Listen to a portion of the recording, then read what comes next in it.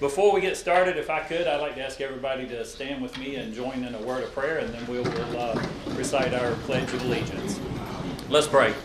Father, we thank you for the wonderful evening, Lord. Thank you for the opportunity to gather freely to just share with one another views and opinions concerning our community. I thank you for the leaders that are here tonight, those that aspire to be leaders in this community, and I thank you for the folks that have gathered.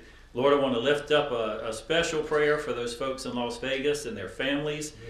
Pray that you would be with them and just minister to all of those needs and meet and exceed those needs during these difficult times, Lord. And I lift up our country to you. We need a lot of prayer today. So we lift these things up to you. We trust you. We praise you and we love you. In Jesus' name, amen. Amen. I pledge allegiance to the flag of the United States of America and to the republic for which it stands, one nation, under God, indivisible, with liberty and justice for all. Thank you. You may be seated. I tell you, it does my heart good to serve in a community where when you hear the Pledge of Allegiance being recited, you hear passion in people's voices. They're not just standing up saying it another time. So thank you for that. Welcome to this evening's program. It's brought to you by TV 35 and the Dublin-Lawrence County Chamber of Commerce. We're going to begin the evening with our candidates running for City Council. That will be followed by our candidates that are running for the Dublin City School Board. Candidates, if you'd like to go ahead and take your places. In each segment tonight, our candidates will be allowed 2 to 3 minutes for opening remarks. Following those remarks, we will encourage questions from those of you that are in attendance. If you would, please come to the podium and state your name and the candidate into which you are asking the question. And then we have a few questions that were write-ins from folks that were not here in case we don't have enough questions from the audience tonight. I want to remind the candidates and I want to remind all of you in attendance, this is not a debate tonight. I'm going to repeat, it's not a debate tonight. This evening's purpose is to inform. We want to inform the citizens in our community. We want you to know the candidates and we want you to know how they view certain issues and opportunities pertaining to our community. So thank you for joining us, and now we'll hear from our candidates, starting with Mr. Gerry Davis. Good evening. Good evening. When I first had the opportunity to run for office back in 2009, I set out a slogan for myself, and I brought my poster board and my campaign sign just so you can see what that slogan was. A new generation of leaders, one that works. And I just wanted to show pictures, my involvement in the city and the community, the work that I've been done. So I got a post on either side, so I just wanted to have that so you could see I'm following the slogan that I set out. I would like to have your support for re-election to Dublin City Council because I want to continue the work that we've done. Since being on the council, we've created jobs. Jobs were leaving Dublin. When I got on the council, some had already left and some were leaving. So I suggested and supported that we donate our entire amount of SPLOST money for the city to the Dublin-Lawrence Development Authorities to put in the war chest so they would have money to try to persuade new industries to come to Dublin. We've been successful in that we got McRae Solar to come. They are a solar panel company, but unfortunately, they went out. We also got Erdrich Umfang Technique, a small automotive part company. Out on 257 and 16, they are currently hiring employees. We were able to get Denex, exhaust system, and muffler company for large automotive vehicles to come to Dublin. We were able to get Veramira Glass, a fiberglass company that have invested a lot of money in our community, and they continue to do so. We have employees working out there. When they are fully staffed, they'll be the largest employer in Dublin and Lawrence County. We also had have TriStar Aerial, airlift and equipment and sales company, and Polymer Logistics that make recyclable shipping and crates that we use at Walmart and Kroger's and stores of that sort. And we've were able to invest being part of 275 million investment, 1,482 jobs. So I want to continue the work that I'm doing with the City Council. I'm a part of the Budget Committee, the Economic Development Committee. I'm on the committee to develop the Riverwalk and also the swimming pool and water park. So we are doing a great work with the City of Dublin, and I solicit your support and your vote on November the 7th, 2017. Thank you very much. I appreciate the Chamber Development Authority for hosting this and inviting all of us to come. I also want to thank all of you for allowing me to serve for 2 terms now. Mr. Davis and I both came on board at the same time, and so all the successes that he's enjoyed, I've enjoyed too. And both of us have worked hard for our community, I can assure you that. Some people had asked me why would I think about getting into politics. You know, I've always felt like we should give something back to the community. And people do that in different ways. Some people volunteer for different services. My way was to try to run for council and see if I could have an effect on the growth and some of the things that I see as issues that we need to solve and to improve on. And so I decided to run. It's been a good, rewarding past almost 8 years now. We've got a lot done. We've got a lot left to do. And I just want to thank all of you for the cooperation. We've got one of the most rewarding things that I think about is I had a person just this past week talking about one of the state agencies was asking how does our community, how can we get some economic development going? And the comment back from this person who was a state economic development person was, go see Dublin, they do it right. We got a lot of good things going on here in the community. I thank you for letting me be in a leadership position where I've gotten to affect some of that, be involved in it, and to learn. I've learned an awful lot. I'm asking you to, I didn't come into this thinking I'd be a career politician, and I don't intend to do that. But I am running again, and I ask that you go out to the vote, to the polls and vote. Vote your conscience. Vote for who you think would be good for our community. And thank you so much. Thank you. We're going to take a short commercial break for TV purposes, and we'll be right back.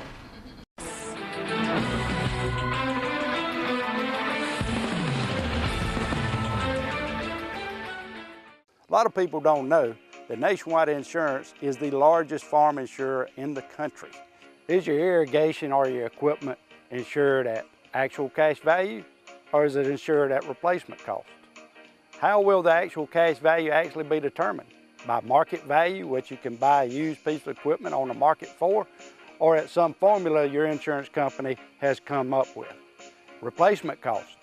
Is it at what it would have been at the current model or the new model?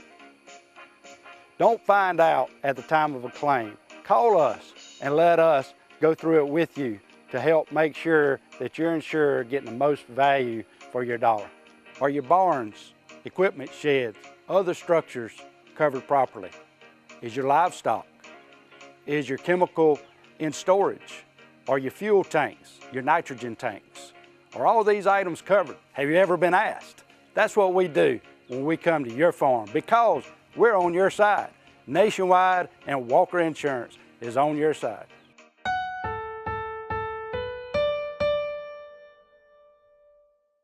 Dublin Chevrolet saves you big bucks on big trucks. Now at Dublin Chevrolet, save up to $12,000 off MSRP on the Silverado. Call, click, or come see us. Dublin Chevrolet, the only dealer you will ever need. Hi, I'm Jeff Cannon, President of Citizens Bank of Lawrence County. If you're presently a customer of ours, we'd like to take this opportunity to thank you for allowing us to be your bank. We appreciate the confidence you have placed in us and enjoy providing you with the most up-to-date banking products and services to satisfy your needs.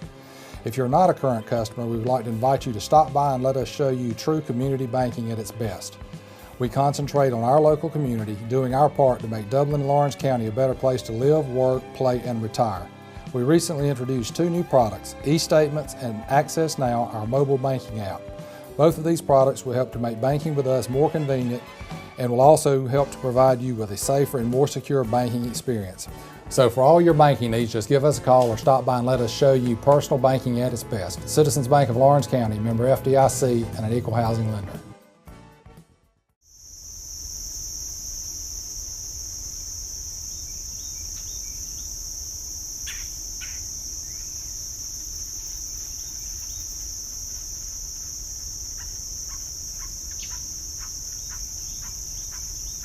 0% financing, and we'll just add it to your bill. Start saving today. It only makes sense. The City of Dublin Natural Gas. I'd like to thank everyone for coming, and thank you for the Chamber and TV 35 for hosting this event tonight. I'm Curtis Edwards, as they said. I'm a local insurance agent and a realtor, father of 2, and really involved with the community. Most people know me. I'll tell you exactly what I think. I'm not going to sugarcoat anything.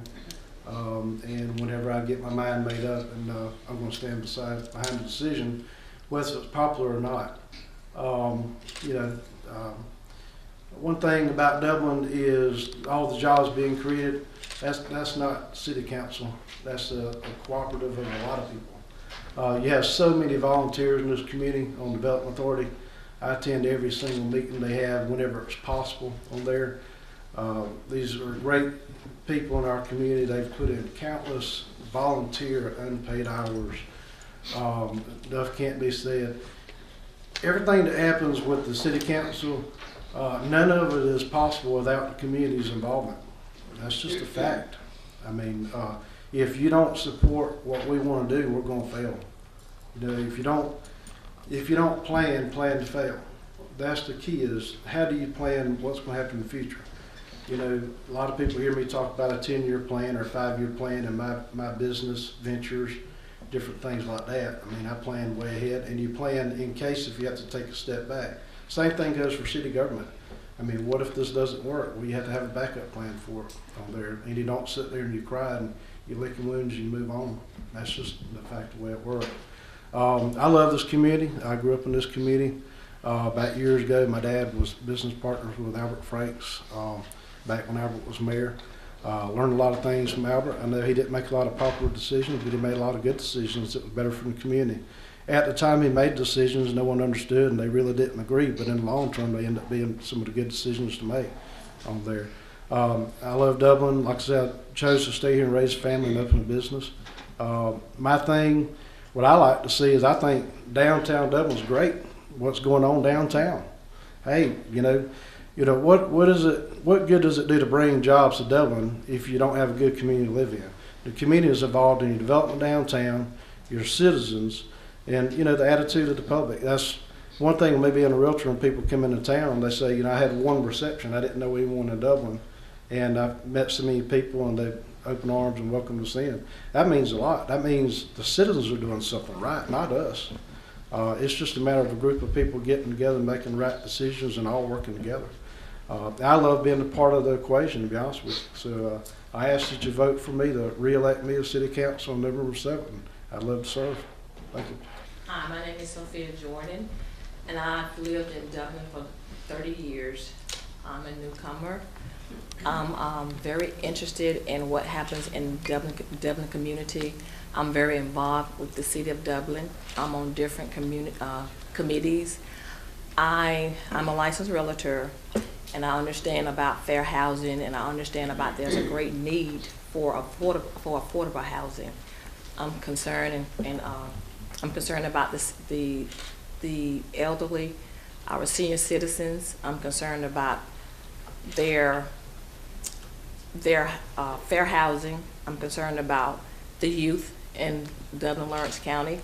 I'm very proud about the crime rate. Since we've had Chief Chapman, the crime rate has dropped considerably. If there are crimes, there are ways that you can actually contact the police department. So I'm very happy about the crime rate. I'm also very concerned about the jobs in the city of Lawrence County. I think that council has done a great job and the community has done a great job in bringing in new industries, and I'm hoping that when our children go to college, I'm hoping that they'll come back home, that we'll have jobs that will want them to come back and work in this community and raise their families here. And I'm also concerned about our youth. We have our youth council, and we have a lot of things going on that we actually need our youth to be involved in, and I'm proud of what our youth are doing. I'm a newcomer, and I'm willing to learn, and I have new eyes and I have ears open that, you know, I'm available to the public and to the citizens of Lawrence County, and I'm asking for you all, for everybody to vote on November 7th, that you would come out and cast your vote and let your voice be heard. I'd like to thank the Chamber and TV 35 for hosting this. And as Heath said, my name's Troy Windham. My wife and I, Rebecca, are Dublin Lawrence County natives. We both attend the University of Georgia and decided to come back here and raise our kids, Dottie, who's 4, and Stokes, who's 7 months old. We live at 1612 Bellevue Avenue, right in the middle of town, and really enjoy it, enjoy being part of a neighborhood, and love being part of this community.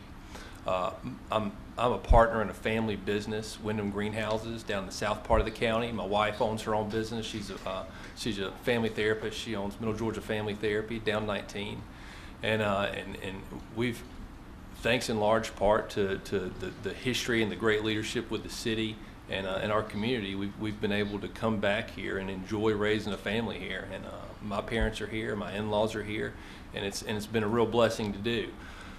My decision to run for council certainly wasn't taken lightly. The city has afforded Congressman Rick Allen the opportunity to have an office here, and I help him out one day a week with constituent services. So I'm able to kind of be around City Hall every once in a while and get to see what goes on around here. And I've been really fortunate to do that. And you realize the hard work and the dedication of all city employees and the people that have this community. What really struck my nerve to run, it was just a number of different things that grew to concern me. One was some issues with personnel decisions that were called into question that happened over the course of the past 4 or 5 months that really opened my eyes and said, gosh, you know, I think that the leadership should really take a stand into what you know, we're doing and holding ourselves accountable to how we're voting to put people in certain positions. Another thing that's concerning to me moving forward is our splashed expenditure and what we've termed the aquatic facility with a community pool. I know there's been a lot of debate on that issue. Council's addressed it. Council's worked with the county on it. They've worked with the Recreation Authority on it.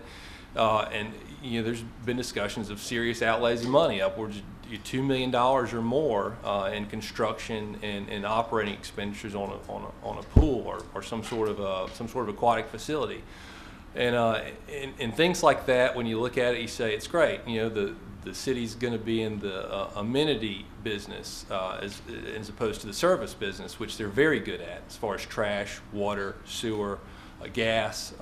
We do real well with services, but we don't do real with amenities, such as the golf course, which routinely loses money, and that concerns me. I don't. It should concern all of us, the citizens, that our taxpayer dollars that you know, our councils should be good stewards of. Could look at spending something that might end up being something that loses money in perpetuity. So that's part of the discussion that I'd like to have input in, that I think that everybody in the community should have input in. Another issue that going forward is just really the general trajectory of the city.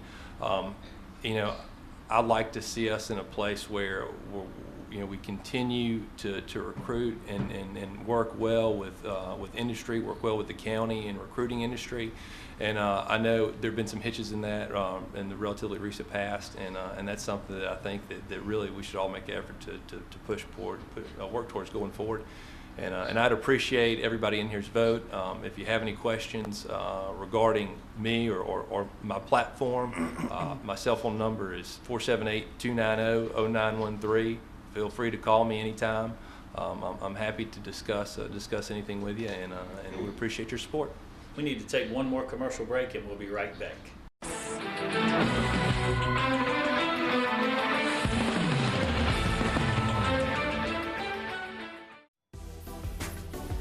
Hey, I'm Billy Wright at Dublin Chrysler, and I want to start off by thanking all our customers this year for a great year that we've had so far.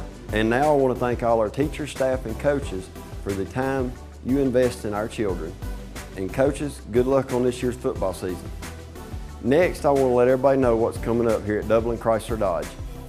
For the month of October, anybody that brings their vehicle in to our service department for any kind of repair, service, or maintenance work will be entered for a drawing to win oil changes for life. That's right, I said oil changes for life. Just stop into the service drive and ask one of our service professionals about the details on that.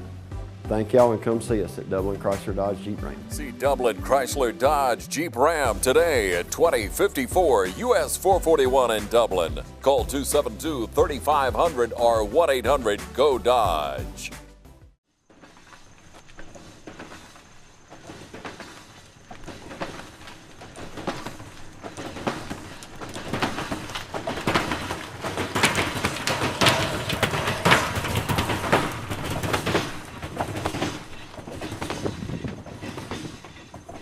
%0 financing, and we'll just add it to your bill. Start saving today. It only makes sense. The City of Dublin Natural Gas. Why do we put so much effort into engineering the Can-Am Defender? Why do we equip it with tough Rotex engines featuring impressive torque? Why do we give it massive towing and hauling capabilities? And why do we make it clever with versatile cargo solutions and much more? Well, why do you put so much effort at everything you do? Because a job worth doing is worth doing right. Can-Am Defender. Tough, capable, clever.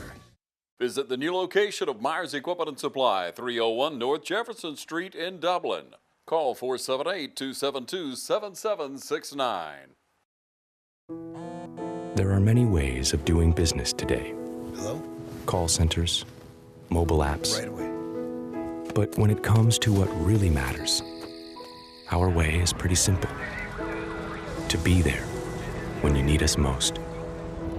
That's the quality of your independent agent and the company that stands behind them. Orr Insurance in Dublin is your local independent auto owners insurance agency. Okay, I reminded you at the beginning of the program, this is the portion for you. This is why you came tonight. This is your opportunity to ask questions of our candidates. Is there anyone present tonight that would like to come to the podium? Simply state your name and the candidate to which you would like to ask a question. Hi, good evening. I am Michelle Johnson. I listened to all the candidates and how they presented, and nothing was mentioned about the veteran community. And this question is posed to everyone. What's your plans or ideas of implementing programs to support not only homeless veterans, but homeless women veterans? Well, I'll address that issue just from having been employed by our local congressman's office. As you know, the VA is one of the largest, if not the largest, employer in the county, and I know that they've worked with a private contractor. It's called a PTP, which is public-to-private partnership, to utilize some of those older buildings on the VA for potential housing for homeless. I'm not sure where that project is, but I mean it directly addresses what one of your questions. I also like to comment on that. I'm working with the newly formed Dublin Lawrence Land Bank, and the land bank was created with an agreement between the city and the county to address affordable housing. And with the organization that we are working with, we are planning to develop affordable housing, and hopefully it would be in the range of the supplement, that the program, that they have a program for veterans that would supplement their housing, and this would be an area that we would target commitment to provide housing for veterans. It was recently started back in October of 16. We have our executive director working very hard. Ms. Sharice Blackwell is heading that up. Several people on the committee. So we are working very hard to get that running, functioning. We are targeting abandoned, dilapidated, delinquent properties that's non-revenue producing, so we can get that property and waive the taxes and contract with a private investor for them to renovate build new communities, affordable housing, and we could directly address the problem with lack of housing for veterans in the community. Thank you, Mr. Davis. Would anyone else like to address? I'll speak to it as well. The direct answer to your question is the City Council really can't implement the decision to build housing for veterans. What we can do is we can actually make sure it's proper zoning. As Councilman Davis spoke, the land bank was formed by the City Council for them to also take in dilapidated houses. Now, ideally what's supposed to happen is the houses are supposed to be resold, put back into the tax base to bring money back into the city, because we don't want to be landlords renting out for taking on the liability on there. So basically the direct answer is going to be is the zoning, and the thing you got to keep in mind is not just putting these homes anywhere. My dad was a veteran from the Korean War. He spent many days at the VA. The VA is our main lifeline for the veterans. So we had to go by the futuristic land use map and decide where the proper areas are to actually have rezoned for private entities or government subsidized entities will come in and build. So City Council actually doesn't implement the actual policies like you was asking. As the honest answer, what we do is we do have divisions that take in land and try to sell land, put it back in a tax basin, but they're not going to house the veterans on there. Well, I do think the land bank is going to be a good opportunity for veterans as well as others as well. Beautiful thing is that we do have the VA center here, and we've got a staff at the VA that assists with things like that as well. I know our director over there now, and she's really on the ball with looking for all kinds of ways to improve the services that the VA offers, and also the services that she brings forward those to the city to make suggestions on how we might help them to better serve our veterans. So, and that'd be men and women veterans, all veterans. So, you know, it's an ongoing process. I do expect, though, with the new construction going on at the VA, there'll be even more opportunities and more challenges ahead for us to figure out. So it's going to take a council that's on the ball and thinking about that. And I believe there's a private sector that's working with the VA to take those buildings to try to rebuild those units out there, to try to look into getting the disabled, the homeless, and different types of veterans, either permanent or temporary housing. But that's something that they're looking into now. Thank you for that question. We have another question. Yes, sir. Good afternoon. My name is Richard Nesbitt, and I jotted down quite a few questions, and I think Mr. Windham might have knew what one of my questions was, but listen to the council and understanding that they've done a great job in bringing in new industrials in Dublin and Lawrence County and renovating the downtown shopping center. But I feel like some of the communities feel like that they are not seeing the vision. And be a entity, we have to bring the whole community along in order to see our vision. So my question is to the two new candidates. What policy change would you support to motivate individuals in the community to assume a greater sense of individual responsibility in our local government?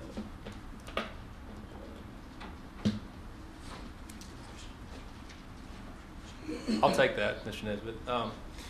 Good question. It's taking individual responsibility in local government. You know, I don't think there's any policy that a government, whether it's a council, whether it's a state legislature or a federal government, could put in place to allow people to force people to take responsibility. That's something that's either born in you or it's not. And you know, we live in a community. It's a great community, and it's really a community that's the envy of a lot of communities around us. And I think being privy to that, growing up around that, and it instills a lot of the values that trickle down through leadership, you know, from the top down. You know, I watched my dad involved in various things, and that inspired me to get involved in things. The Farm Bureau Board of Directors, St. Patrick's Festival. You know, to sit idly by and watch your community and your life go by without participating is individual fault. And I don't think there's anything that city council can do to change that, whether it's inside somebody or not. But yeah, I don't know that directly addresses it, but I mean, I think that's the gist of what you asked, maybe. Sophia, you need to repeat the question. Are you ready? Okay. The question was, what policy changes would you support to motivate individuals in the community to assume a greater sense of individual responsibility in local government? Okay, I don't know of any policies. I don't know of any policies that I could come up with at this time. We need to take one more commercial break, and we'll be right back.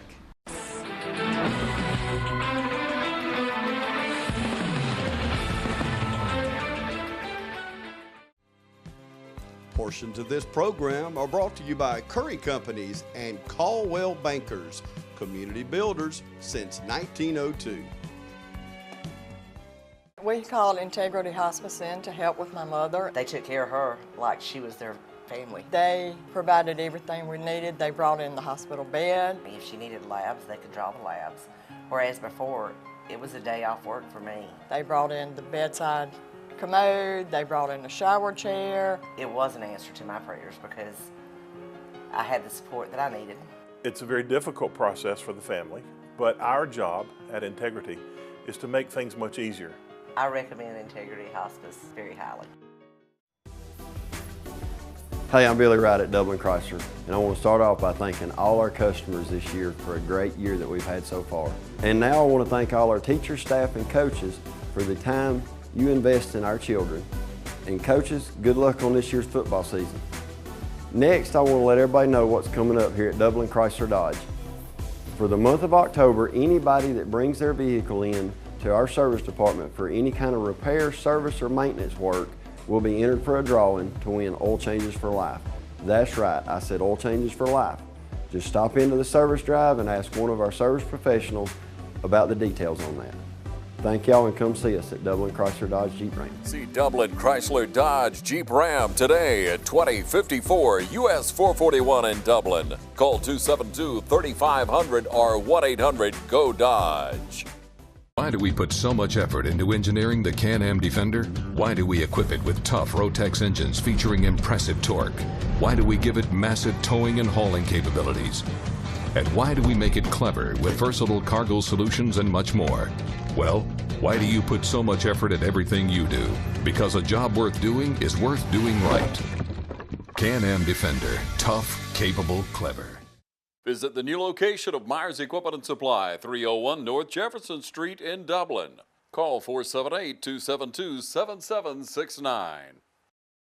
Since the early 1980s, Century 21 Durden Cornegay has proudly served our community's best interest and has grown to consecutively be the #1 realtor in Dublin and Lawrence County. And broker George Durden is proud of his team of agents and recognizes Jody Tanner, Jim Jarrett, Pam Tillery, David Deeves, Beverly Forbes, Ann Adams, Raina Dubberly, Benny Helton, Charlene Brantley, Ruth Watson, Jay Brantley, Charlene Lamp, Yvonne Robertson, Karen Whitmer, and broker George Durden.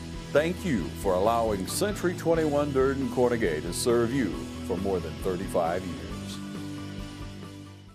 My name is Isaac Lawson. Good evening to everybody. Good evening. I just got one question.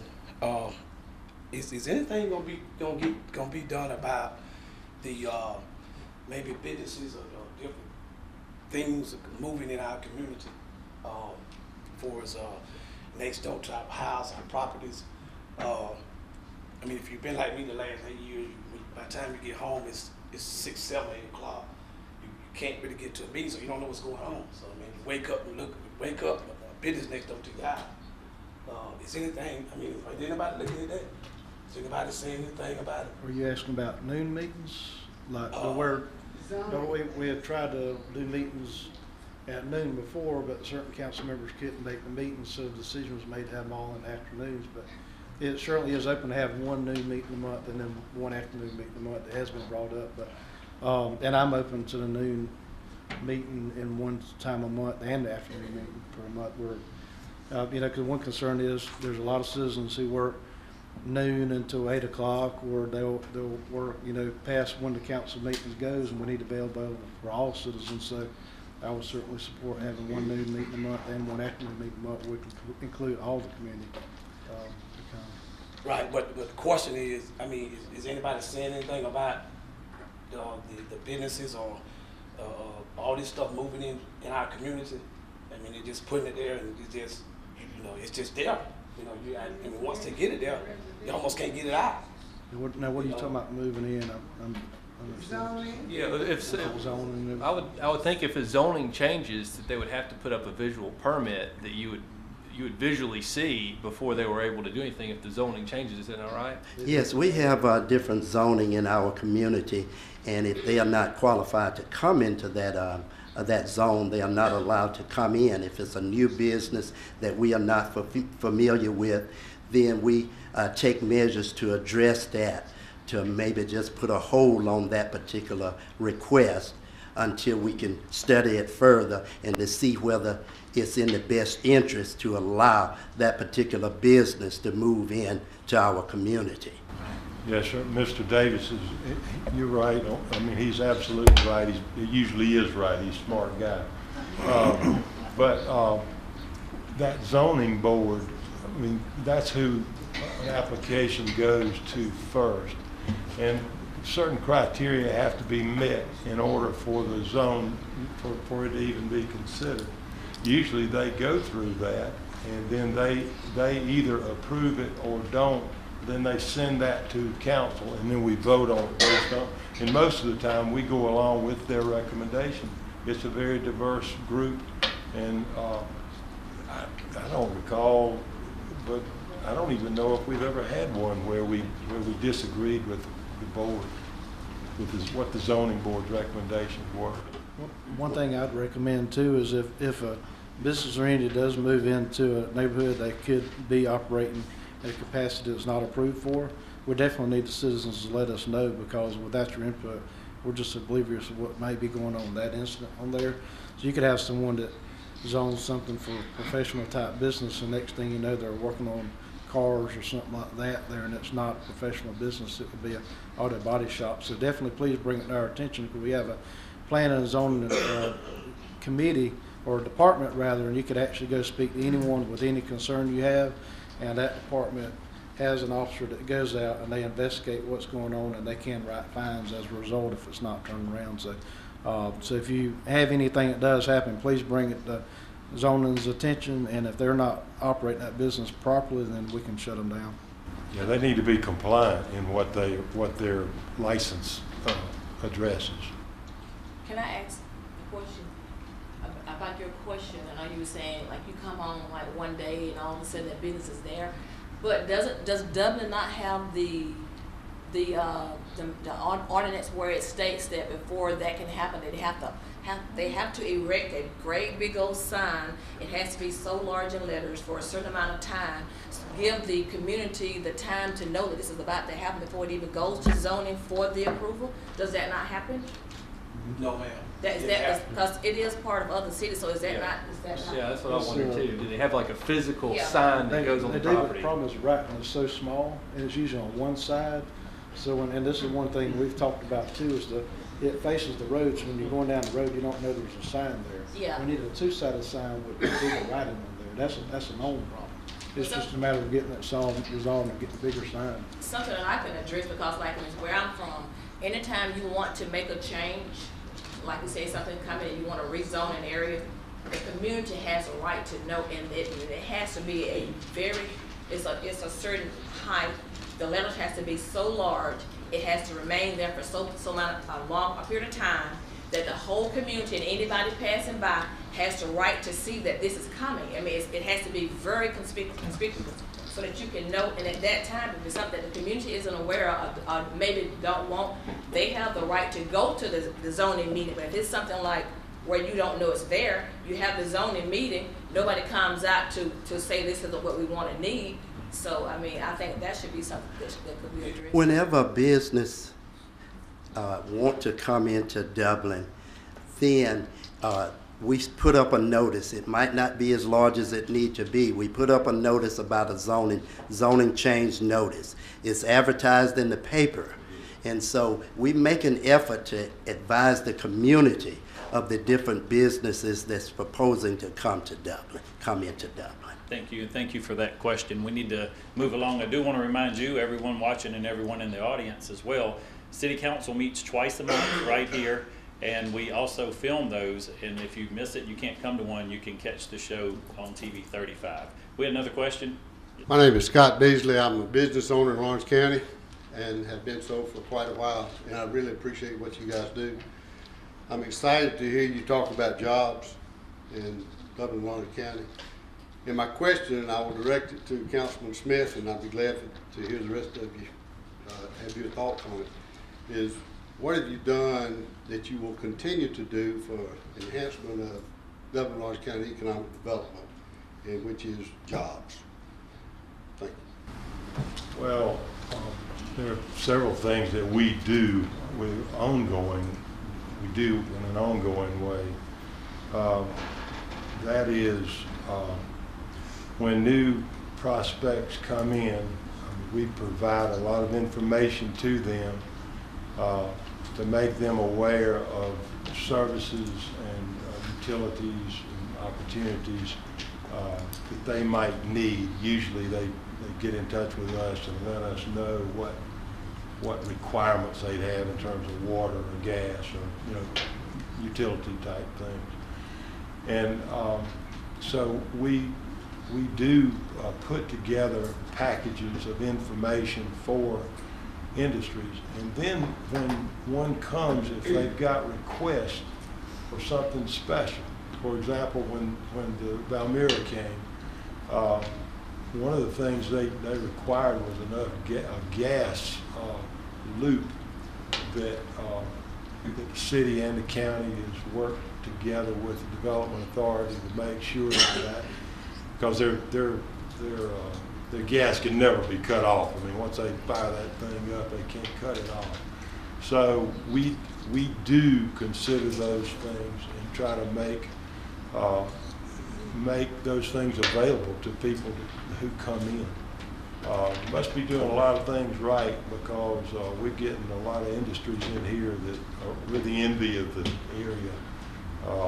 I mentioned that in my opening remarks, and that's a tribute to the Development Authority, and Mr. Beasley is on that, but not to just the Development Authority, but all those who have a hand in it. Another thing that's really helped us is, and this is not a real new thing, but it's the county and city cooperation that we have. Now, granted, there are some things that we still have as sticking points, but our city and county work together now. And it's not an us versus them, it's all of us together. And that's one of the reasons why we've had such success bringing industry in here. The county's got things they do very well. The city's got things we do very well also. When you put the two together and really get aggressive about drawing industry in and making things available, we get to make things happen. And we pretty much are the envy of any city in this state. I'd say this whole region of the country, for a city our size, we're doing pretty good. Hope that answers the question. If I could address that also, I want to kind of ditto what Councilman Smith was saying. The city of Dublin and Lawrence County work very well together, and we work great with all our partners. That's what makes Dublin special and stand out. And when I initially said, you wouldn't find many cities that would take their whole portion of the SPLOST money and give it to the development authority so they could have money in the war chest to persuade new industries to come into Dublin. We did that, and it was successful. We partnered with the development authority into getting all of those companies and employees out where they are hiring those employees. A lot of times we'll do a lot of in-kind work to try to close the deal. So if it's something they want and it's a sticking point in us closing the deal, we sit down and talk with them, and we try to do whatever we can to try to win those industries here for Dublin and Lawrence County. I know we have another question right back here. My name is Meg Greer. I'm an attorney and a business owner here in Dublin, and also live downtown really close, and I'm involved with the young professionals of Dublin Lawrence County, and we try to engage young people in the community and leadership. And one thing we're a proponent of is improving quality of life here in our community, and we love what's going on in downtown. And we try to be as supportive as possible by frequenting all the businesses and really trying to be active and proactive in what's happening. Another project that we think is going to really improve quality of life is the Riverwalk project. And so I would just open it up to any candidate to speak about the project, your vision, and the timeline that you think that might be achieved. The Riverwalk project, that's a very complex and multiple phase project. It's a very expensive project. What you have to do is you have to take in consideration connect the Riverwalk to the downtown area. Downtown has really grown, and really it's a different downtown than what it was just 10 years ago. I mean, I wouldn't, me and my wife, when the kids are about to drive us crazy, we'll jump in the vehicle, we'll just ride around downtown, just ride around the block a couple of times, you know. Kind of relaxes everyone. I've heard of other families with young kids say the same thing, but the key to it is we have gotten studies done and suggestions done on how we can, in fact, tie the Riverwalk into downtown. My vision is, and I can't speak for everyone else, I'd love to see like a convention center type down there, like a business center down near the river. I know where the river bridge is. I know we can relocate the city maintenance facility where it's not right there beside the Riverwalk. Go ahead and use that for development. We have other potential sites we can move those to. It wouldn't cause any disruption in any of the neighborhoods either on there. So, of course, it would extend down from the river bridge all the way down to where the golf course is. Part of it has an area set aside for overflow for floods when the river rises. There's areas in there where you can have certain equipment that if it floods, it's not going to mess it up. That way you're not putting something out there and it tears up and you have to constantly replace it. It's a matter of planning ahead. You know, as we said earlier, you have to plan ahead. What if this happens? What if this happens? You know, what if we want to expand on it? What can we do? On the other hand, we have to look at it that it's not our money we're spending either. It's taxpayers' money, and even if it's grants from the government, the taxpayer pays the money to go in there. So we're supposed to be good stewards of your money. So what we need to do is, if it's a project that's going to cost, and I'm going to throw a number out here of like $10 million, what can we do to cut the cost and have just as a good effect in the end on there? So I know it's multiple phases that you take. You can't do it all at one time on there, but I would certainly love to see other development going on down in that area. I'd like to connect the river bridge to downtown. There's already been some effort for businesses being built over there. I like to expand downtown down Highway 19 toward the interstate on there. I'd like to see development going on down there and remodeling buildings there. I mean, if we're going to expand our downtown, let's go down Jefferson Street, kind of like toward Jefferson Street Church and on further down there where All Star Car Wash is at. So why not, let's go ahead and have the big picture, and let's go ahead and expand it and renovate a lot of area into it. Let's make it proud for the gateways, and that stems from Riverwalk. Riverwalk has something in there for where the bike riders across Georgia can come to. It's going to be one of the few areas you can actually use as a bicycle trail for people having the bicycle riding on there. So, I mean, let's work on that in our gateways into the community. We don't. Sometimes you come into Dublin, it doesn't look the best that it could. You know, we need to take the steps that we can. We have several areas that have been renovated. Good new signs. We have Martin Luther King Memorial has been erected. It's a good gateway to come into town. I mean, it's a great way to come through that. And then the Fallen Public Service Memorial is a great area on there. So a lot of things that can tie this in with the Riverwalk. Because if you bring tourists in, they're going to do more than just a Riverwalk. They can come up there to First AB Church, and then they can go to the farmers market area. They can go eat downtown. They can do whatever. We just need to make it all tie together in order to make it work. Thank you, Mr. Edwards. We need to take one more commercial break, and we'll be right back.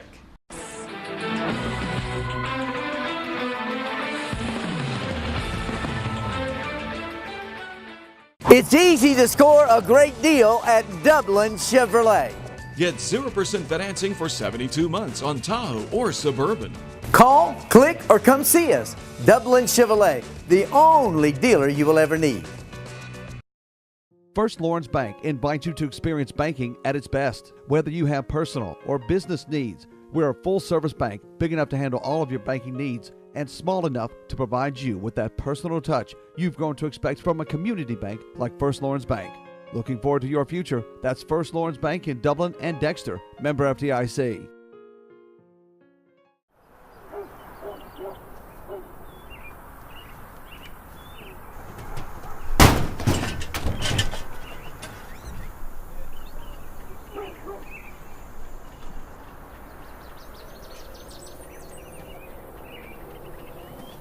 %0 financing, and we'll just add it to your bill. Start saving today. It only makes sense. The City of Dublin Natural Gas. At Hometown Supply, locally owned and operated means something to Glenn Register and his staff. And you'll feel the difference from the time you walk into Hometown Supply in downtown Dublin. From trailers to tires, batteries to belts, you'll find what you need at Hometown Supply. Hometown Supply in downtown Dublin, locally owned and operated. Okay, welcome back. The question before we went to break was relative to the Riverwalk and Riverwalk expansion, and I believe Mr. Windham wants to address that. Yeah, Meg, great question. One thing about the Riverwalk project that really stands out to me is maybe a hurdle, and I don't really know how to get to it. I lived in Macon for a little bit, and their Riverwalk is easily accessible from downtown. It has neighborhoods adjoining it. It's got some rural areas that get on down the river. Here, I think we, until we expanded a little bit, we got a problem with density, and when it's not too densely populated on the Riverwalk, then you have a problem with utilization, and it's figuring out what the utilization is going to be and how easily accessible it's going to be if people are actually going to drive to it, or park and walk to it, then walk back to their car, how far a walk that is. And I think those are probably areas of concern that I would have in regards to putting a chunk of money towards it. Both ideas sounds great, but the thing about it is we need to find out about the money. We need to make sure that we can afford to do all of these things. That would be great for the community. I disagree with the city. It was a comment made about the city getting into amenities. It's important to have amenities in a city because in Dublin we don't have a whole lot to do, so it's very important that we have a place that we could go to relax, to relieve some stress and unwind. And having a river walk will spur some more economic development, and as one of the council members said, we're expanding the river walk from the river to downtown. That's very important. And to have these different things, even the river walk also with the water park and swimming pool, is something that's been wanted in the deprived community for years and years and years. We established a youth council and we consulted with them. So we want to utilize our youth, and they said they no longer just want, they not only want a swimming pool, they are more important, it's more important for them to have a water park. So we want to have the Riverwalk, we want to have a water park, including a swimming pool, so we can have more people coming into Dublin. We need to grow our population in Dublin in order for us to get better restaurants here and get better retailers here. So that's why amenities are very important. My name is Tom Hall. I'm a business owner here in Dublin. I actually own some property of where this Riverwalk is supposed to go. But I kind of have, I guess, a two-part question. Any of the three existing councilmen can answer this. This aquatic park, whatever you want to call it, is this supposed to be a revenue neutral situation, or is there going to be fees charged to where you're generating revenue? I'll address that. It is going to be one that fees are being charged. There's a lot of things that needs to be taken in consideration. There has to be lifeguards hired. That costs money. About 20 or 30 of them actually would have to be hired. I honestly don't think it's going to make a profit. Just being honest with you, I think we're going to spend $2 million and we'll do good just to break even, unless we get the participation from other communities to come in. Now, good thing is the ball fields that they're bringing in so many visitors from out of town. The thing is when they come to town, are they going to come with a swimsuit and go to the water park? The first year they may not. Next year they know it will, that may. And this is again for the three existing council members. It's my understanding that at the end of fiscal year 2016, the general fund of the city was delinquent $300,000, and that the general fund borrowed money from the gas fund to cover those costs. And here we are talking about spending, as you said, Mr. Edwards, taxpayer dollars on a possible $2 million aquatic park. You threw out $10 million on the Riverwalk. Having these amenities are nice, but how do the three of y'all see the taxpayers paying for these amenities and not getting into serious debt like some other current city entities that we have now? Mr. Hall, let me say this. I've been on the council almost 8 years. Every year we have some funds that make money, some funds don't. All of it together is what makes the city what it is. So the fact that one area might not make as much as the other, or one might lose it and the other doesn't, we look at the whole picture rather than just an individual part. Granted, each individual part, has some responsibility in that. But some things are quality of life decisions that we make. It's some of those things that make us desirable for business and industry to want to locate here. Those are important also. Not saying that's more important than the other, but it's all those things that make us what we are. I'm sorry. Okay, and I would like to address it in that we have a utility company that we are able to generate some money. And I agree with Councilman Smith that sometimes one particular aspect of the city government is going to lose some money, and sometimes it'll make money. But I do want to say that, like having the golf course, it lose money, but as far as working with the development authority, it's a necessity to try to win some of these industries in coming in. So we're just going to have that, and we have been good stewards of the citizens' money in keeping the tax rate down. Our millage has remained basically the same. It just increased just slightly whenever we might need to adjust it anyway, at all. But we are good stewards of the taxpayers' money, keeping the tax rate down.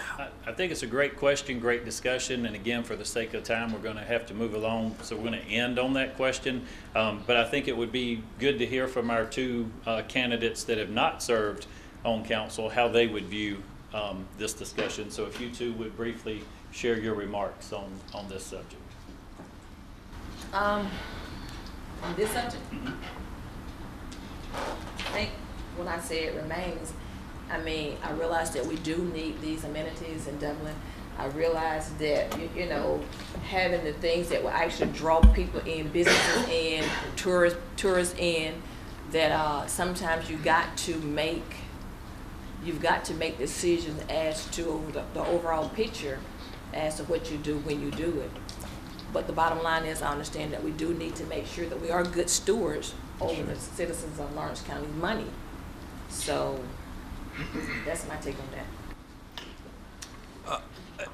You know, Mr. Davis addressed my earlier comment about amenities, and I understand that amenities are important. They're important in economic development. They're important in quality of life. That's true.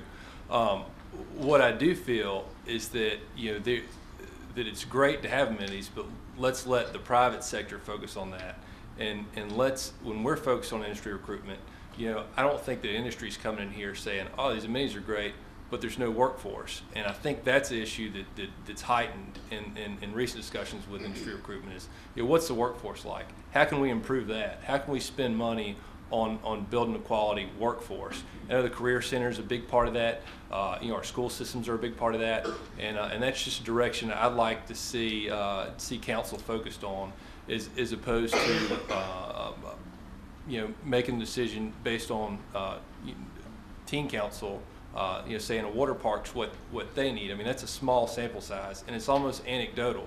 And I don't think you can justify that kind of outlay on anecdotal evidence. That's just my opinion. Thank you. I'd like to say thank you to all of our candidates for City Council. If we could, let's give them a round of applause. I want to remind everybody to come out and vote, and I hope you'll stay with us. We're going to have our candidates for City School Board up next.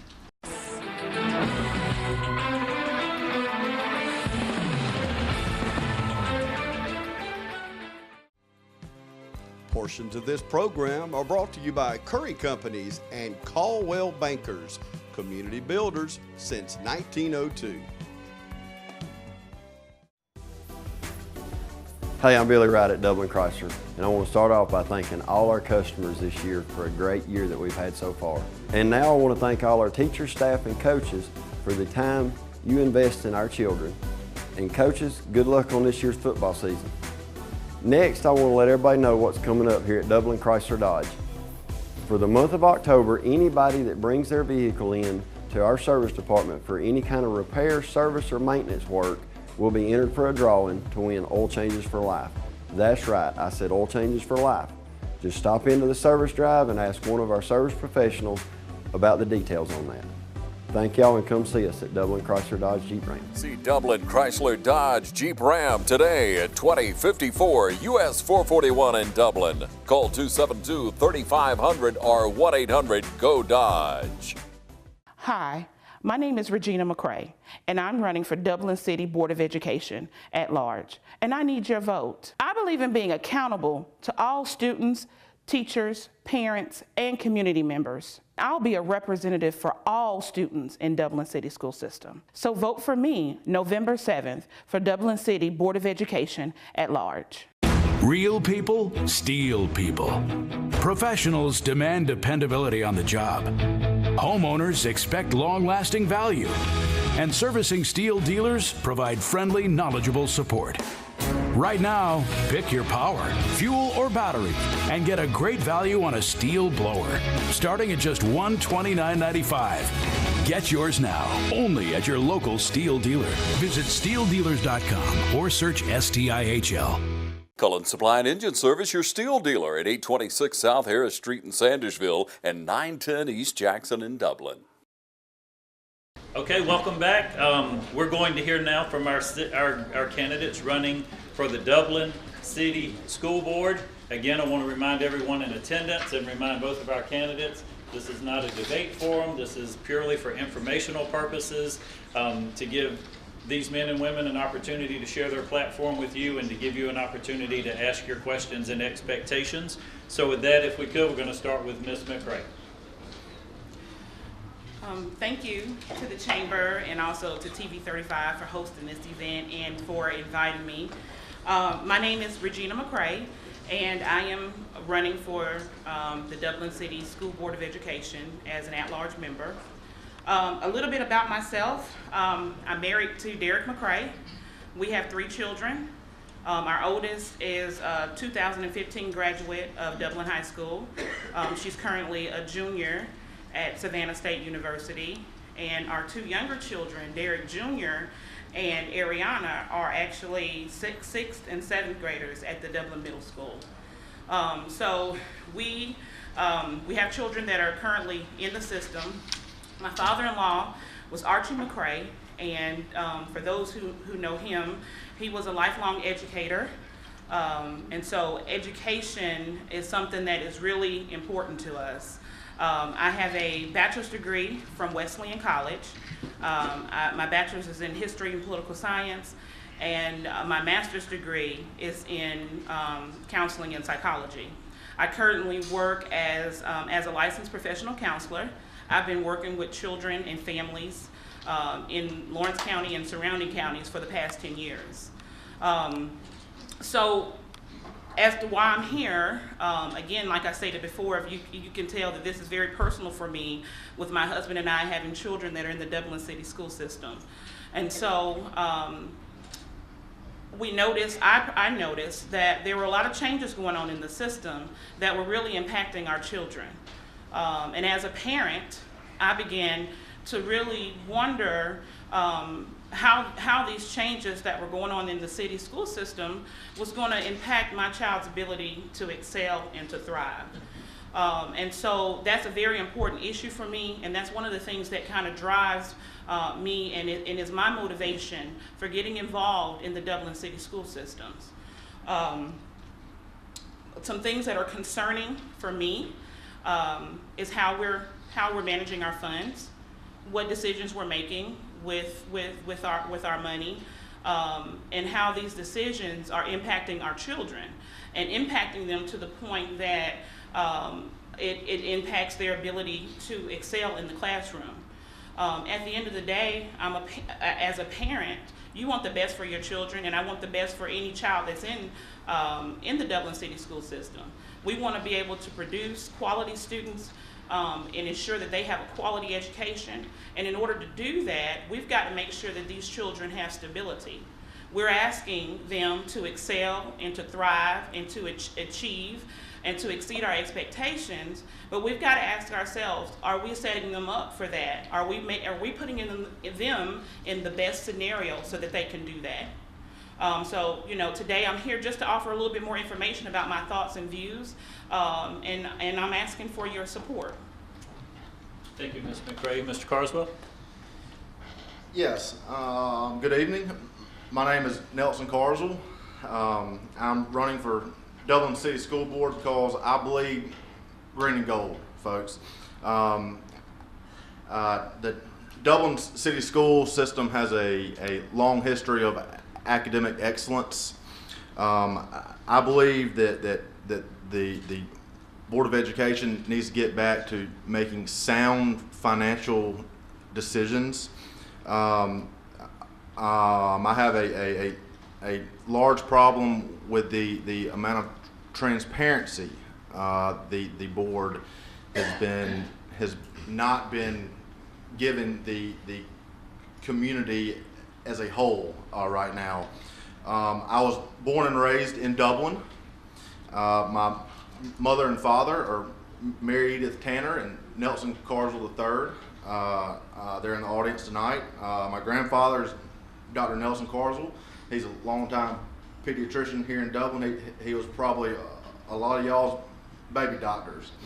I've got deep roots in this community. You don't have to have a child necessarily to be involved in the Dublin City school system. I've been involved with a touchdown club. I attend basketball games at Dublin High School.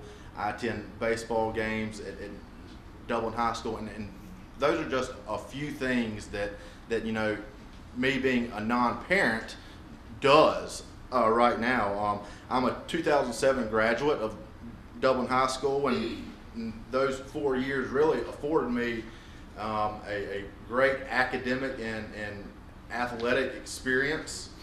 I went on and I graduated from Middle Georgia State University with a degree in public service and human services.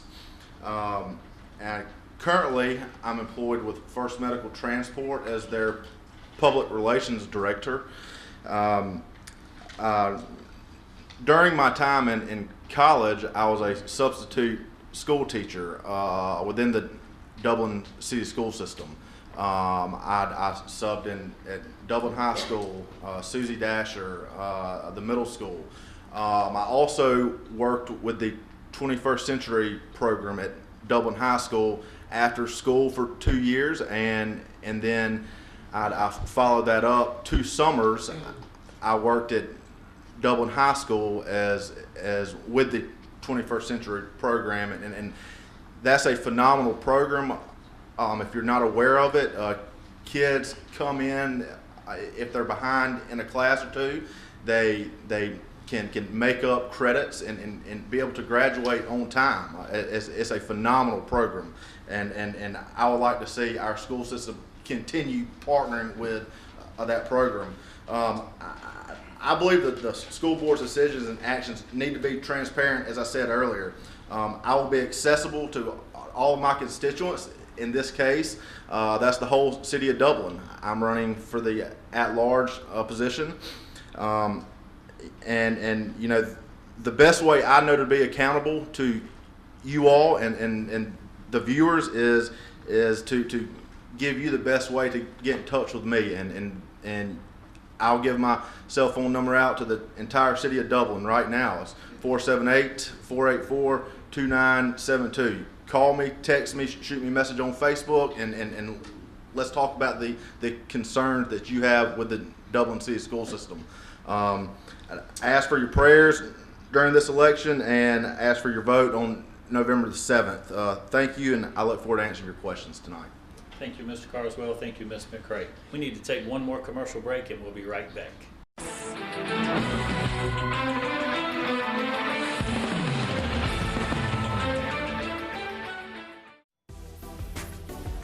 Hey, I'm Billy Wright at Dublin Chrysler, and I want to start off by thanking all our customers this year for a great year that we've had so far.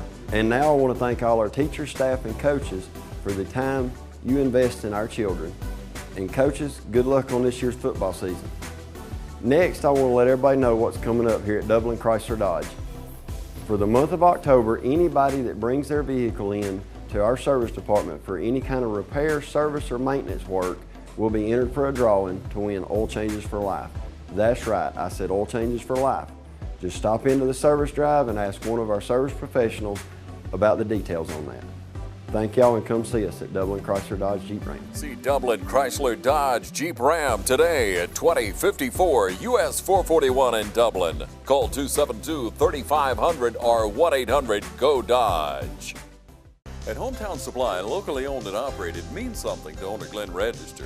And from the time you walk into Hometown Supply, you'll feel the difference. And you'll find a great selection of appliances to choose from, including stoves, dryers, refrigerators, freezers, and more. Hometown Supply offers quality new and used appliances to fit your budget. Open an account today. Hometown Supply delivers. Hometown Supply, locally owned and operated. Hi. My name is Regina McRae, and I'm running for Dublin City Board of Education at large, and I need your vote. I am Julie Drigger, and I'm here supporting Regina McRae for the office of Dublin City School Board at large. Please, everyone go to the polls and vote for Regina. She will be an asset to Dublin. So vote for me November 7th for Dublin City Board of Education at large. There are many ways of doing business today. Hello? Call centers, mobile apps. Right away. But when it comes to what really matters, our way is pretty simple. To be there when you need us most. That's the quality of your independent agent and the company that stands behind them. Orr Insurance in Dublin is your local independent auto owners insurance agency. Do we have questions from the audience? Yes, ma'am. I'm Carolyn McCune, and we might as well go ahead and get that big, giant pink elephant out of the room. How do you all feel about the solar panels? I'll go first on that. The solar panels were built in front of that beautiful new high school that we had built, I don't know, around 2008 or whatever. And you know, my first issue is the placement that they put them at. Is blocking the high school. You can't see our beautiful new high school that we have. You know, everything that I've been reading and the reports that say we're losing $200,000 a year, and you know, it doesn't take a rocket scientist to figure out if we're losing $200,000 a year, then that's not good. We need to you know, pick those things up, send them to the scrap yards, see how much we can get for them, you know. But losing, you know, losing $200,000 is not acceptable of the taxpayers' money, and you know, if I get elected, I'm going to ask Dr. Williams, you know, how we can get out of this deal, and you know, and how soon we can get out of the deal to start putting this money back in you guys' pockets. Great. The solar panels, I think when you think about the solar panels, I think the solar panel decision is actually an example of a bigger issue, and that is, or a bigger question, and that is, do we really do due diligence when we begin to make decisions for the school system? So, was there really good, accurate information? Did the board members really do a good and thorough job when they made the decision to enter into this deal with the solar panels? Assuming that they did, assuming that everybody did their homework that day, and agreed that this was the best decision for the city, for the students in the city of Dublin, where are we at now with them? I think it's obvious. Just like Mr. Carswell stated, we are losing money through these solar panels. And so now it's time for some more decision making to be made. We've now got to decide, what are we going to do? Are we going to continue to lose money from our budget and increase our deficit while our children suffer? Or are we going to make a hard decision to do something about these solar panels? I'm in support of really doing something about these solar panels, getting rid of the solar panels. I'd like more information, and I'd like to make sure that the information that I understand to be true is actually true, and that's my commitment as a board member, to make sure that I do the research. But if it turns out that these solar panels are costing us more than it's saving us, then I feel like our children's education is more important than that. Yeah. We have another question? Yes. My name is Brenda Adams, and my question is to Ms. McRae and Mr. Carswell. You can answer it as well. What is one decision the board made you disagreed with, and what would you have done differently? For me, the most reticent example of a decision that I disagreed with, and I think is also what made me as a parent become the most alarmed, was the decision to close down Saxon and to move the 5th graders out of our elementary schools and move them into into the 5th grade academy. Now, I went to the town hall meetings. I listened to the information that was presented. I understood very clearly that we were that the city school system's in a deficit, and that something had to be done. As a parent, my perspective was, let's make sure that this is our last resort, that this is what actually has to be done, and that closing Saxon and moving our children to the middle school, let's make sure that that's actually going to fix the issue. And if it's not actually going to fix the issue, then we need to pump the brakes and we need to figure out what is going to fix the issue. Because as a parent, I don't want to continue to impact my child's ability to thrive in the classroom by subjecting them to multiple changes that are sometimes not necessary. So that would be an example of a decision that I disagreed with. And what I would have done differently was really done the work to make sure that we were not just trying to put a Band-Aid on a situation, but that we were really trying to fix a situation. Yeah, I'd like to answer that as well. I think, you know, financially, the obvious answer is the solar panel deal. That's a fiasco in itself. You know, I'm not exactly sure about the deficit. It may be somewhere in the ballpark range of $5 million. You know, I'm not 100% certain about that, but you know, if elected, I'm going to ask and answer the tough questions. And closing Saxon, you know, was not an easy decision. But, you know, I agree with Dr. Fred Williams in that decision. You can throw, you know, a football 2 times and get to Susie Dasher, with how close Saxon and Susie Dasher are. Now I do understand the 5th grade students have to go over to the middle school, but we're elected, you know, to give our students every opportunity to be successful, and that calls for, you know, having the best educators that we can hire at the Dublin City school system. Our educators and, you know, our faculty and staff right now are under a salary freeze. So, you know, we have to trim fat everywhere possible right now. You know, those aren't easy decisions to be made right now, but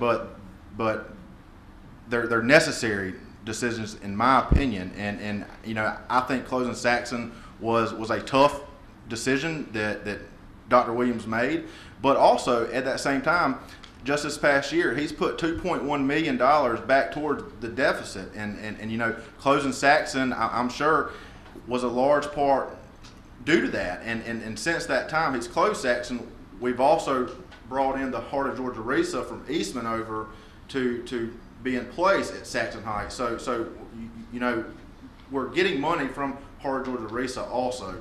So you know, it's a tough decision, and he made it, and I agree with it. I would like to add that I think that the decision whether to close the Saxon, whether you agree with it or not, there were some ramifications from that decision.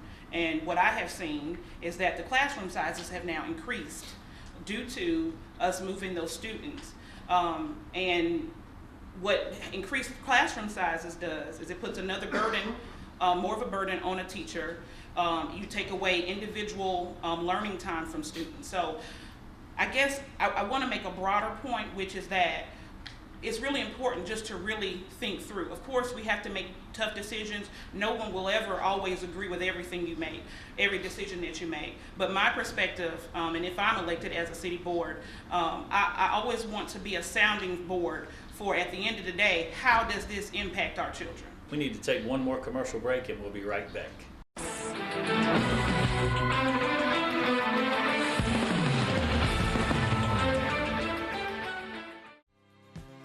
Portions of this program are brought to you by Curry Companies and Caldwell Bankers, community builders since 1902.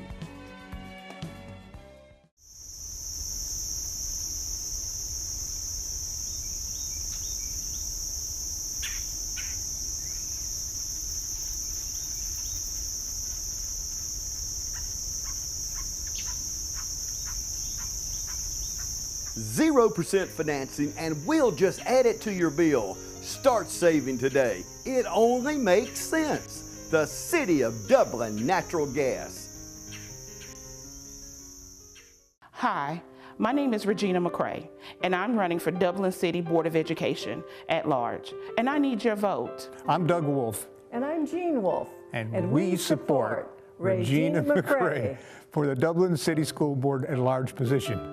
Regina has experience, lots of experience counseling troubled children, knows children well. And also she has 2 children in the school system. So vote for me November 7th for Dublin City Board of Education at large.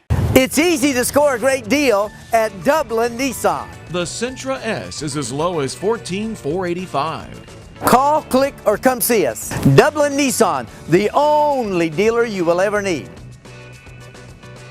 Since the early 1980s, Century 21 Durden Cornegay has proudly served our community's best interest and has grown to consecutively be the #1 realtor in Dublin and Lawrence County. And broker George Durden is proud of his team of agents and recognizes Jody Tanner, Jim Gerry, Pam Tillery, David Deeves, Beverly Forbes, Ann Adams, Raina Dubberly, Benny Helton, Charlene Brantley, Ruth Watson, Jay Brantley, Charlene Lamp, Yvonne Robertson, Karen Whitmer, and broker George Durden.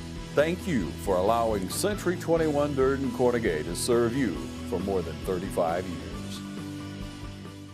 We have another question? Yes, ma'am. My name is Marie Bostick.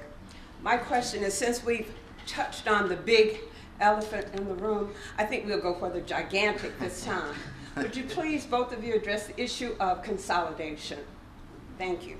I guess that would be the big old elephant. But you can't eat an elephant whole, so let's take it piece by piece. You want to go first? I will go first. Are you okay? Absolutely. Okay, I'll go first on this one. Consolidation. As I've been out talking with people and really getting feedback from people, consolidation is like a hot button topic. It's something that everybody is concerned. And what I've found is that depending on however you feel about it, you feel very strongly about that. So it's nowhere, I didn't find a lot of people in the middle. Either you agree or you disagree. What I would say about consolidation, it's kind of the theme of what I've kind of said tonight. I think if you're going to decide to consolidate the system, that we have to actually know that in the end, this is actually going to be beneficial to our students. And you'll hear me say that all night, because that is what is most important to me. In the end, we can come up with this plan that says, yes, can do this, consolidation will do X, Y, and Z. But whatever decision we make, I think it deserves due diligence. It deserves good research. It deserves us making a very informed decision. And so I would say that my feelings about consolidation are that I want to do whatever is best in the best interest of the children of the Dublin City school systems and for Lawrence County at large, the entire city of Dublin. But I would have to make sure I had all the information and that I made a decision that was very informed.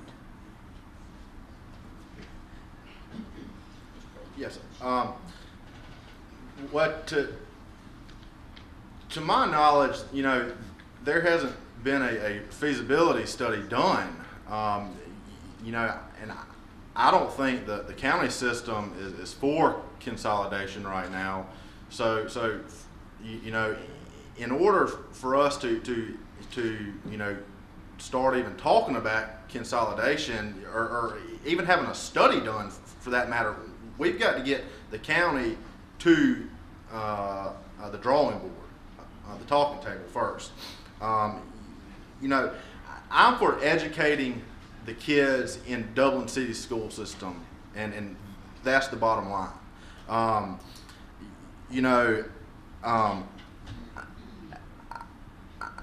I'm really not for or against consolidation, okay? I'm for what my constituents want, okay? And that's the whole city of Dublin. But there's got to be a feasibility study done first before we can get anywhere with that.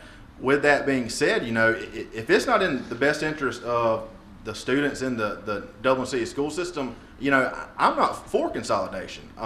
It's got to be for the best interest of the students within our school system. First and foremost, for me to be in favor of consolidation. Thank you. Do we have another question? Good evening. My name is Richard Nesbitt again, business owner in Dublin. And for the sake of clarity, I want to ask one question. I've heard a lot of communication about the Georgia Milestone score. Explain to me what it is and what is our local score.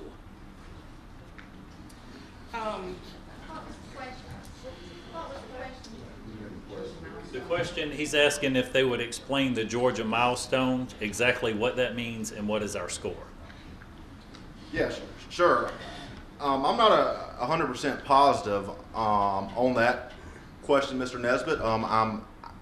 I'd be willing to bet that that's a state mandated testing program, a milestone that you know the students get tested on, you know, probably 8 times a school year, which is crazy to me for you know, students to be taking so many milestone tests. You know, we need to get back to teachers teaching and not testing so much, first and foremost.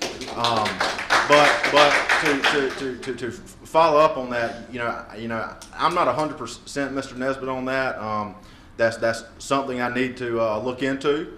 But that's just another test, you know, that the state or the federal government mandates our kids to take that in my opinion is probably not needed.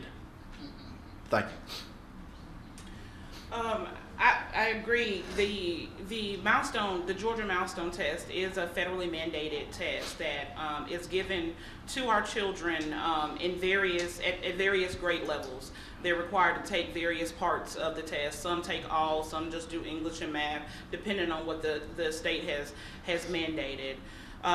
What the tests do is they give a score, it's a marker, and then you can compare the school's your child's average to the school's average to the average of the state. And so technically it's supposed to be a way to track performance to see if there's any increases from one year to the next. The last time I looked at some of those scores, Dublin did not score very well. Dublin in some of those areas was not up to par. There has been some increases. The last time I looked at the numbers from year to year. The feedback that you get from teachers is that it has become a burden for teachers to try. It's almost like they said they have begun to have to teach the test because I think there's now talk that these tests should be tied into their performance and even their salaries. And so there is a big emphasis on these scores. No matter how you feel about the scores, we do want our children to be scoring at a passing level. I mean, that's important.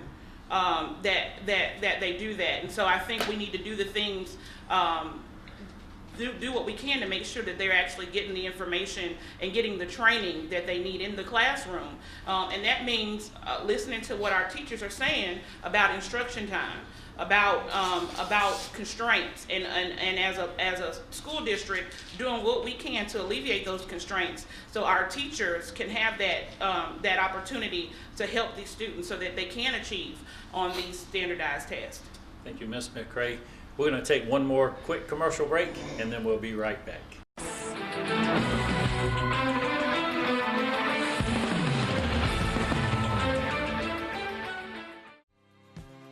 Portions of this program are brought to you by Curry Companies and Caldwell Bankers, community builders since 1902. Hi, I'm Chuck Harwell. I want to say thank you to the community for allowing us to help you in your financial plans. If you're looking for a personal banker to assist you in meeting all your financial needs, then let me invite you to stop by our location on Bellevue Avenue in Dublin. You'll love our location, our services, and especially our people. Community Bank of Dublin-Lawrence County, the bank that's service-built. where common sense banking never goes out of style.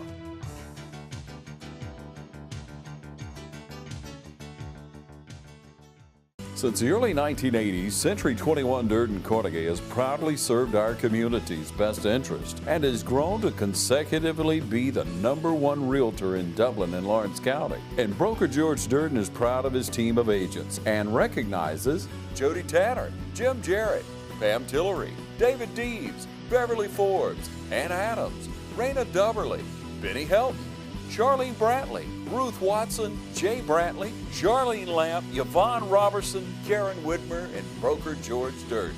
Thank you for allowing Century 21 Durden Carnegie to serve you for more than 35 years. Real people, steel people. Professionals demand dependability on the job. Homeowners expect long-lasting value. And servicing steel dealers provide friendly, knowledgeable support. Right now, steel blowers start at just $139.95 and get the powerful MS-250 chainsaw for just $299.95. Get yours now, only at your local steel dealer. Visit steeldealers.com or search STIHL.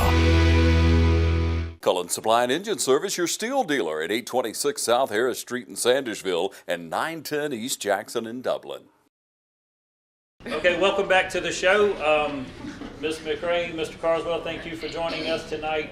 We're taking questions from our audience, and I believe we have one more.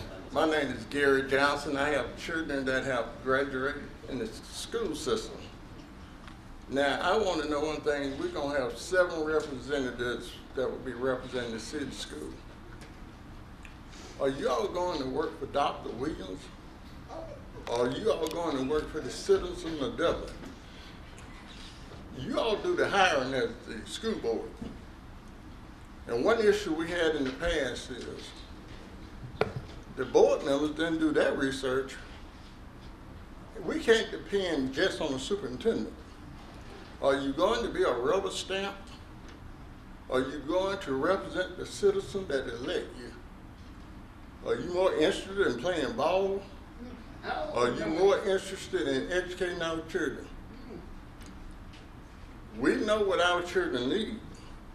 I've had 4 in the system. I have heard too much about Dr. Williams. You hire the superintendent. And we want to know what are you going to do for the citizens that you're supposed to be representing.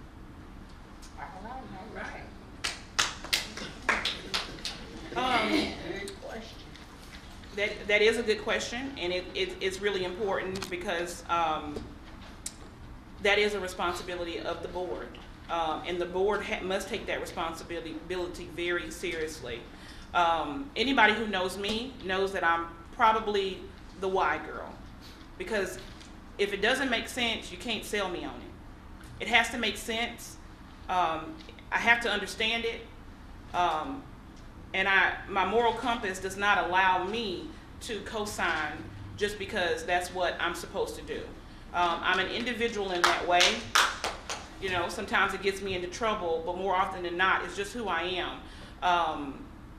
And when I got involved, when a lot of these changes started occurring, and we began to get involved, myself and not very many, but some others, parents, attempted to become vocal. It wasn't the popular thing to do, but it was the right thing to do. And it was the right that I had, and the only thing that I can do to let the board know, wait a minute, I don't like what you're doing. Are you really looking out for my child?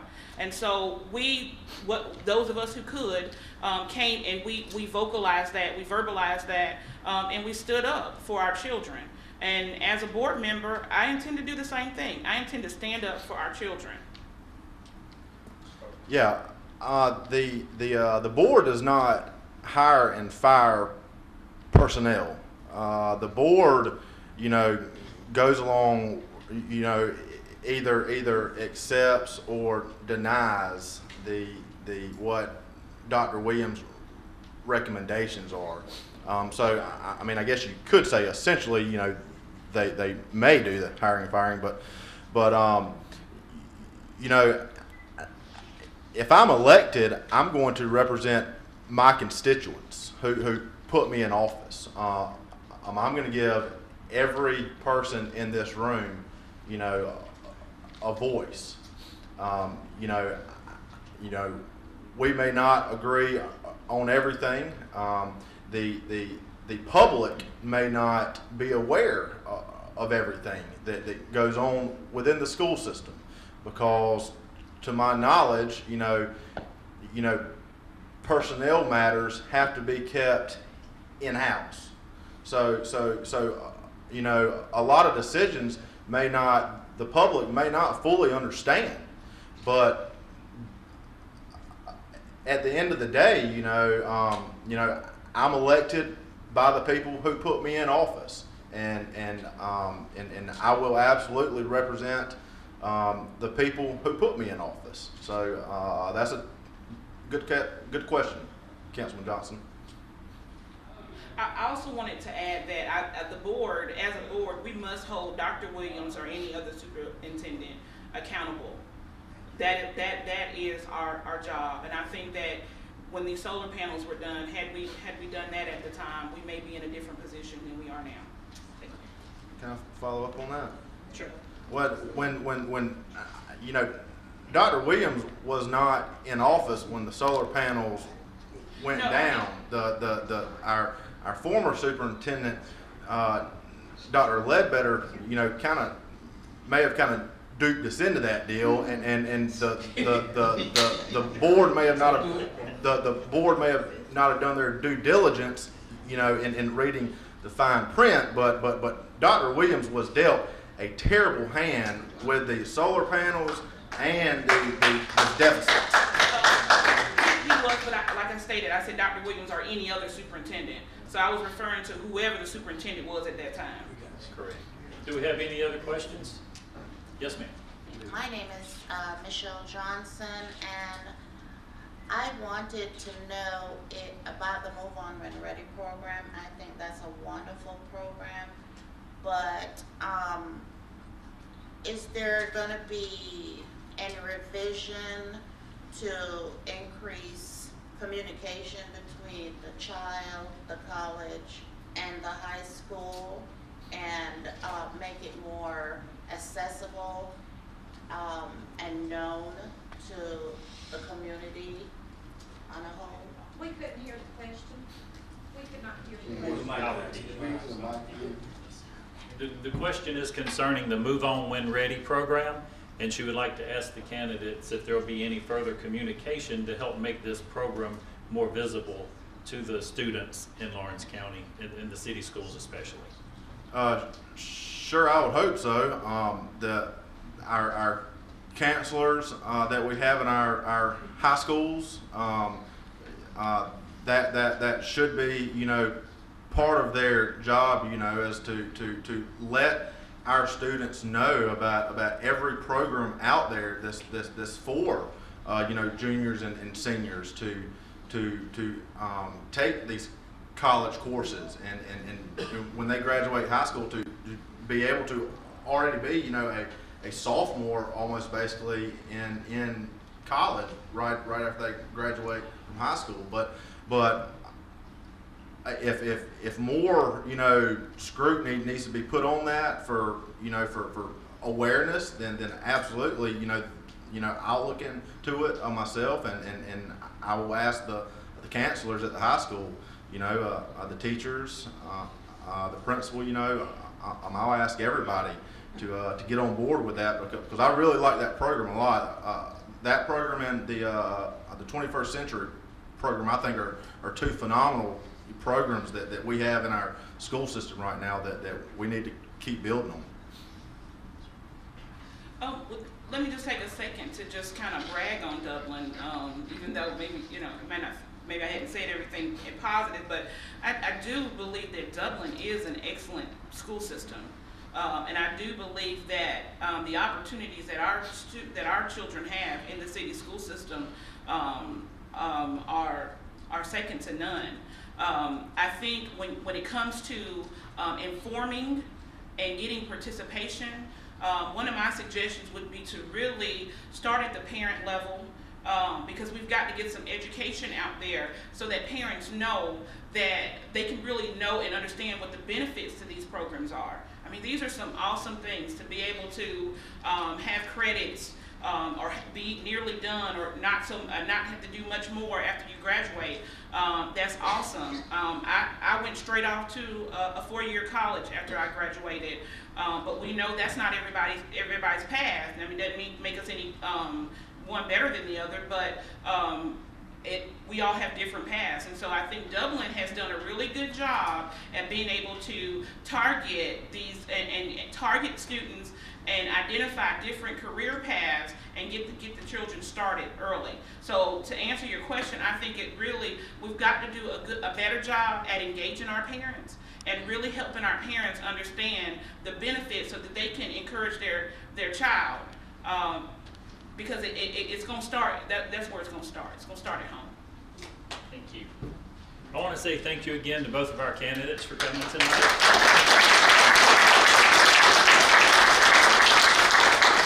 Chamber of Commerce and TV 35, I want to say thank you to all of you for coming out tonight. I hope you have a great evening. Thank you. And I always like to close the show by reminding everybody it's a great day for business in Dublin, Lawrence County. Thank you.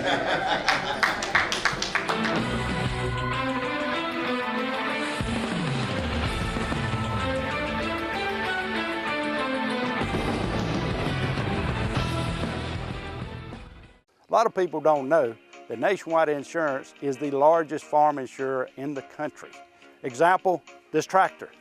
There's multiple ways to cover your equipment. It is replacement cost, actual cash value, insuring the GPS system on it. In addition to tractors, we also cover any implements that you would like to cover. Like this front end loader as a value added to your tractor or on its own. A lot of times, the only way we will insure a farm is if we come to your site. We're gonna walk it, we're gonna talk it, we're gonna find out what you do and what your interests are. We're gonna customize it so that you get full benefit with the broadest coverage that's available on the market today. A lot of people find out at the time of a claim that they were not properly covered. That is my worst fear. So we make sure going in that you are covered properly. Don't forget to insure your sprayer. A lot of people say, I rode by and didn't see you at your office. That's because I was probably on a farm.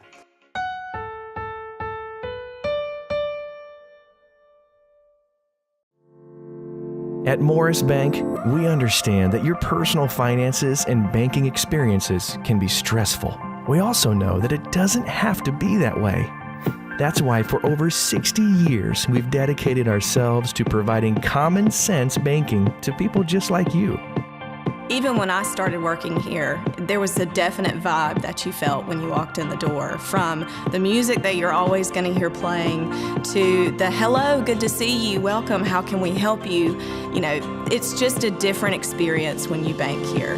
We work hard to combine the latest online mobile technology and top-notch customer service that allows us to do just that. We realize our customers have choices, but what sets us apart is the personal service that we provide that they may not receive at larger institutions. We like to make you feel at home, and we like to make the process as easy as possible when you're banking with us. But we're not focused on helping just our customers. We are equally dedicated to supporting the community we are a part of. Just this year alone, we've logged thousands of community service hours and provided significant financial support to the communities we serve. Something that sets us apart at Morris Bank is what we give back to the communities in which we serve. And as the communities continue to grow, that brings more business and more industry into the area. And it's just this circle effect of giving back and receiving what the community can offer. We want to make sure you have the best banking experience possible. Come see us or give us a call to find out what makes Morris Bank different, because we're banking on you.